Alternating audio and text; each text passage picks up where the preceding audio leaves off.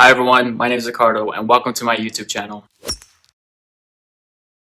Today I wanted to talk a little bit about what a financial analyst does and is. Depending on the product, I think that's what determines what the job is really. If you're analyzing stock in comparison to a loan, then you pretty much have two completely different jobs. Financial analysts can take on a lot of roles and do a lot of different things, take on a lot of different responsibilities in the industry, and they could all have the same title. So just for clarification, I want to let you know that I'm a financial analyst at a small community bank, and we do small to mid-sized businesses. We analyze their financials, their tax returns, whatever it is, in order to come up with an analysis that will determine if they can pay back the loan or not.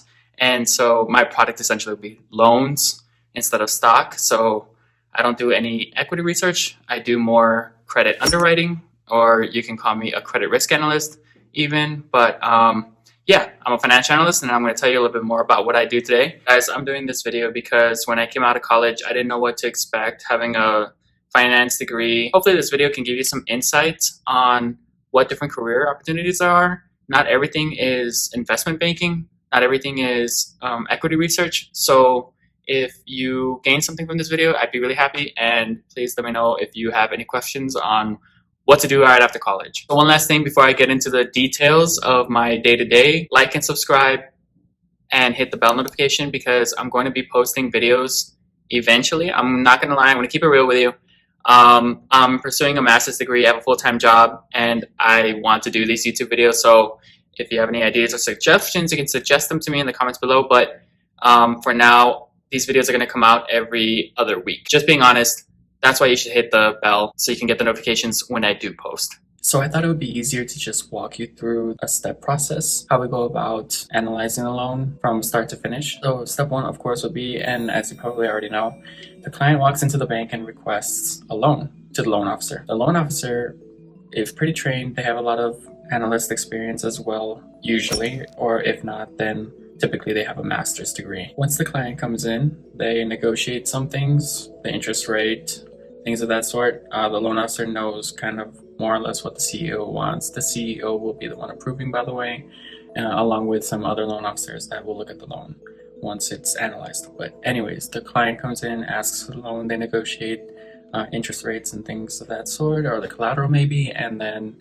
it goes from there to the financial analyst department. Interesting fact, everybody that comes in asking for a loan, we have to do an analysis on, and that's because we avoid discrimination that way.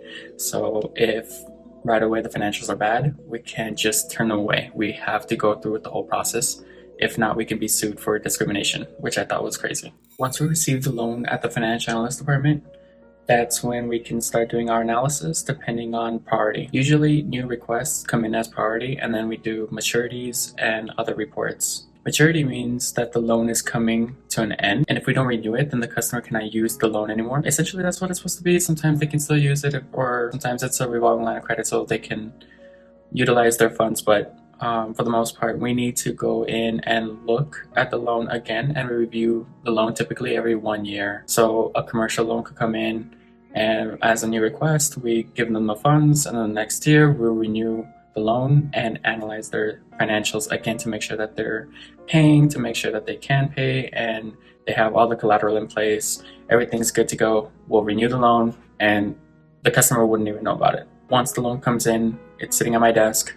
I look at their financial statements, I look at their tax returns, individual tax returns, credit reports, appraisals, anything we can get our hands on, we will use in the analytical process. And that's specific to our bank again, because I know other credit unions, other banks, they have like a checklist, and you could just bring in certain documents and they'll evaluate you on that. It's like a cookie cutter loan, meaning that you have to bring in these things, and if you don't meet these numbers, then you will not get the loan.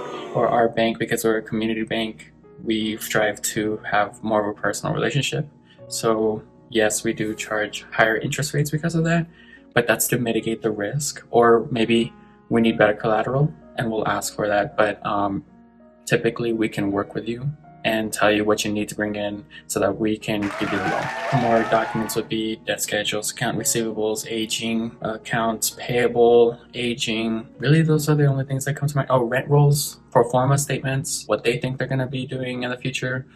We want to see that too. I'll analyze it and compare it to their tax returns, to their company prepared financial statements. If they have a totally different number than their tax returns, then we'll go back to the client and be like, okay, well, what's going on here? What are you doing? These numbers don't align, or why did you do so poorly in 2017? What was the reason? We want to know those types of things. We want to know if it's detrimental to the business, because if they cannot pay the loan, then what are we doing as a bank, right? That's the way we make money, is off the interest rates, and we don't want to go for the collateral. It's really a struggle to go for the collateral because the collateral is not always going to be worth what the client says it is, and then to gauge it at market price at that certain time is difficult. So I mean, just like a car depreciates in value, well, that specific building might depreciate in value. Maybe it was appraised higher than normal during the time that we take it in as collateral, and now it's not. And so there's just a lot of risk with going for the collateral. We really want the client to be thriving in their business so that they can pay the loan. Once I look at all their financials, I'll make a cash flow out of them. So I'll spread them, meaning that I'll analyze the tax return numbers so that they can give us a more accurate representation of what's going on. I know a lot of businesses expense a lot of things, and we'll look at those expenses and think, well, this particular expense was expensed maybe too much, or maybe it's depreciating in value. So we'll give them back the depreciation because it's not really like a tangible expense.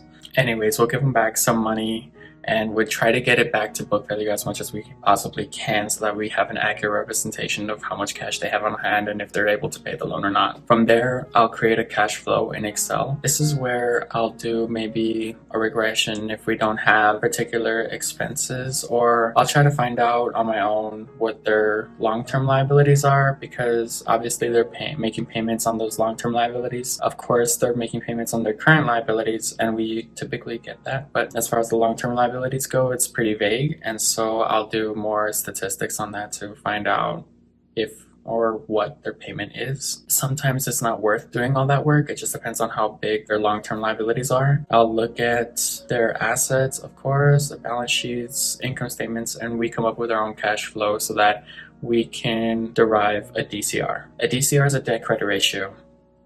Once we have that, it's kind of like our biggest indicator of whether or not the person is going to be able to pay or not. That and the collateral are like really two big things. And then I would say the third biggest thing is the credit report. I think those are the most important things when analyzing if they're going to be able to pay back the loan or not. After that, we go into if the appraisal is accurate. I'll look at the appraisal numbers, how they came up with their appraisal numbers. So I'll read that whole document. And it sounds boring, but I really like my job. I really like being a financial analyst. I really like doing these things. So again, with this cash flow, we come up with their income, their debt, and then reflect it in a DCR. Their income I'll project depending on the industry, depending on their business, what their competitive positioning is.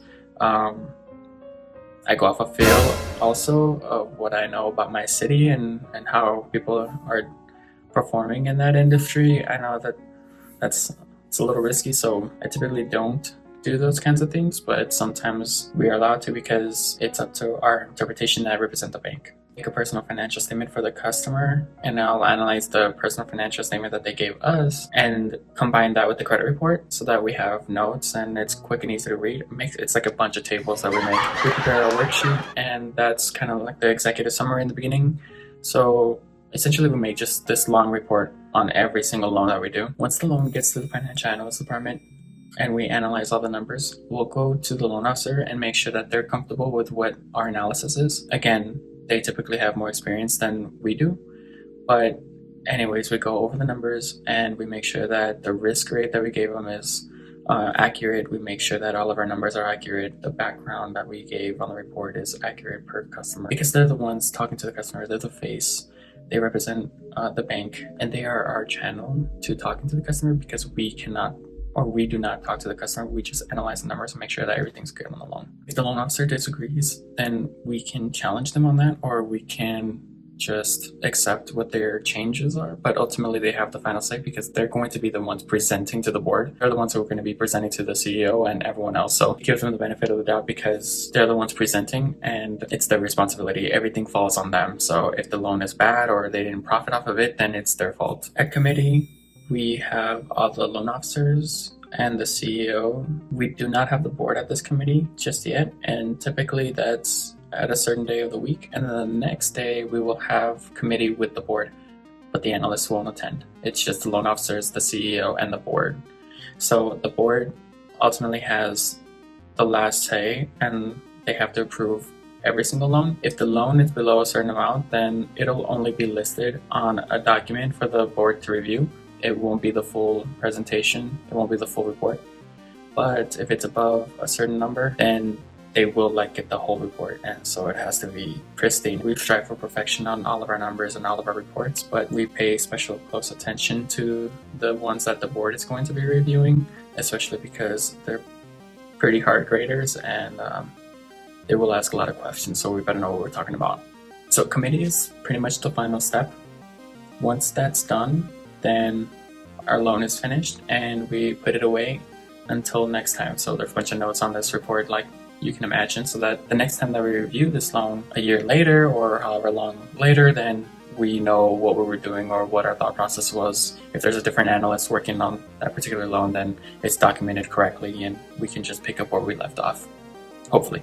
Hi guys, so thank you for watching my first YouTube video ever. Please subscribe, hit the like button. I already have a ton of content ideas, but let me know in the comments below if you guys want to hear about anything else or you wanted me to elaborate on a specific topic that I went over in the video. Hopefully this can give you some insight on what other careers are out there besides investment banking. There's still a lot of more careers out there for finance degrees, people with business administration or accounting. So again, thank you so much for your time and I hope you have a good one. Take care.